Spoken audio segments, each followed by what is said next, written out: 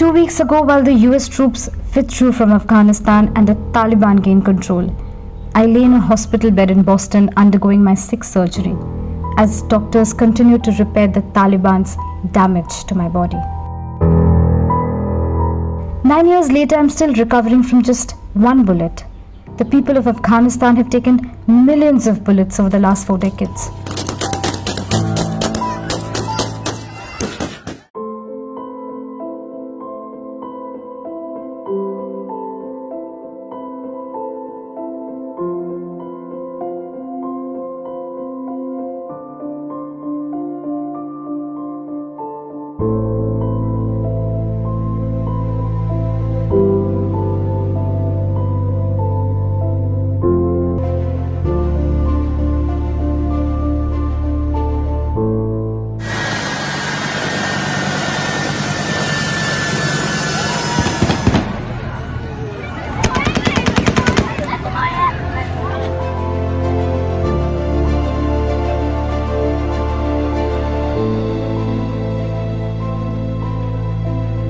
In October 2012, a member of the Pakistani Taliban boarded my school bus and shot one bullet into my left temple.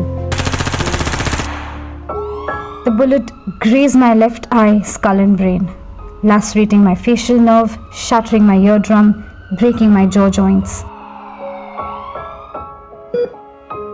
The emergency surgeons in Peshawar removed my left temporal skull bone to create space for my brain to swell in response to the injury. Their quick actions saved my life, but soon my organs began to fail and I was airlifted to Islamabad.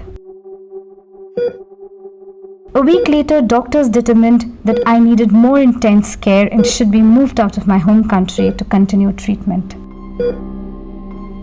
During this time, I was in an induced coma. I don't remember anything from the day of the shooting, until the moment I woke up at Queen Elizabeth Hospital in Birmingham.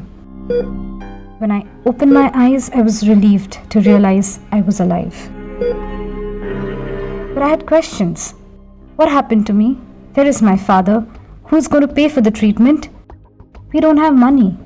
I wrote mirror and showed it to the nurses. I wanted to see myself, but I recognized only half of my face.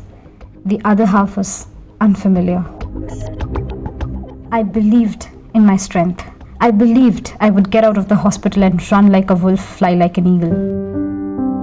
The UK doctors eventually decided to fit a titanium plate where my skull bone had been, reducing the risk of infection in a procedure called a cranioplasty. When my family joined me, I started physical therapy and rehabilitation. I walked slowly, taking baby steps. I talked like a baby too. It felt like starting over, a second life. I covered my mouth with my hands when I laughed so people wouldn't see that one side didn't work as well as the other. I avoided staring in the mirror or watching myself on video. In my own mind, I thought I looked fine. I accepted the reality and was happy with myself. I would still need 2 extensive surgeries, and it worked. I finally had more movement in my face. On August 9 in Boston, I woke up to go to the hospital for my latest surgery and saw the news that the Taliban had taken Kunduz, the first major city to fall in Afghanistan. Over the next few days, with ice packs and a bandage wrapped around my head, I watched as province after province fell to the men with guns loaded with bullets like the one that shot me.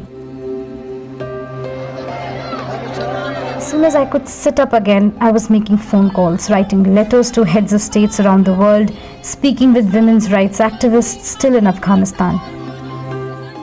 In the last 2 weeks, we've been able to help several of them and their families get to a safer place. But I know we can't save everyone.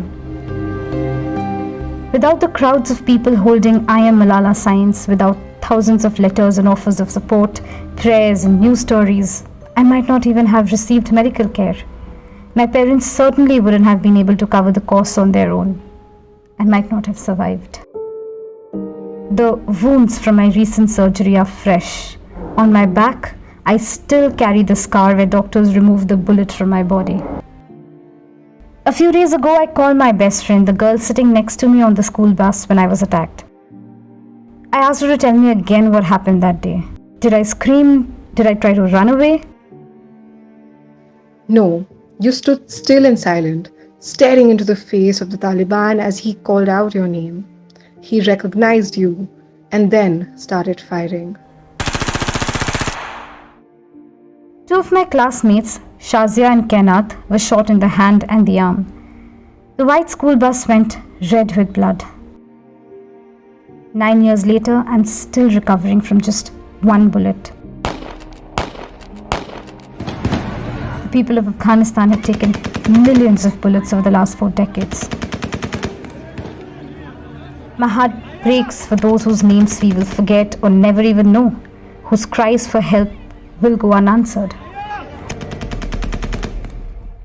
We are truthful, unafraid and independent because of you. Now you can help our reporting from the ground. Go to thequint.com, click Become a Member tab, choose a plan and pay. Because the truth is worth it.